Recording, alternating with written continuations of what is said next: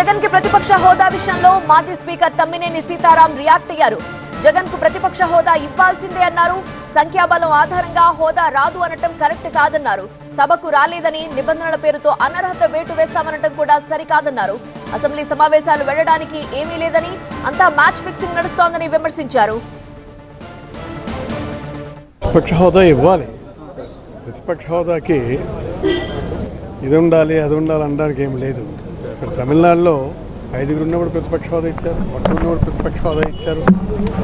ఇప్పుడు అక్కడోటి ఎక్కడోటి కాదు కదా. అది నేను అంటున్నాను. ప్రతిపక్ష హోదాకి ఎంత గుంజుకోవడం ఏంటి? పీసీఆర్ అపోజిషన్ లీడర్గా ఉన్నారు, పి జనార్దన్ రెడ్డి గారు. అలాగే ఇవాళ ఇక్కడ మనకి 11 మంది ఉన్నారు. ఇవ్వాలి, మన హ్యాస్ టు గివ్ ఇట్.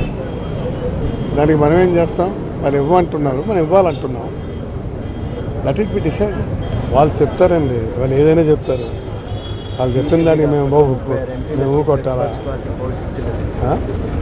ఏముంది మన అపోజిషన్లో 36 ఎంపీస్.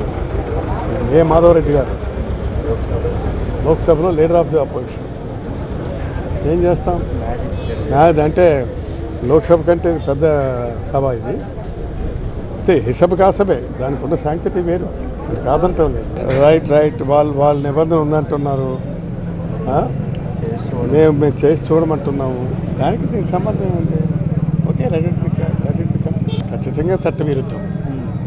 హైకోర్టులో చట్టవిరుద్ధం ఉన్న దానికి ఎక్కడ మనం ప్రత్యేకించి మాట్లాడుకోవడమే ఉంది. It's not correct.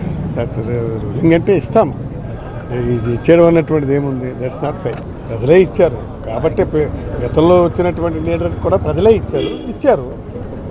ఇవాళ ప్రజలే ఇచ్చారు, ఇవ్వాలి. That's what I'm saying. అక్కడ ఏముందని చూడడానికి అంతా నువ్వు నేను మ్యాచ్ ఫిక్సింగ్. దానికోసం ఏముంది?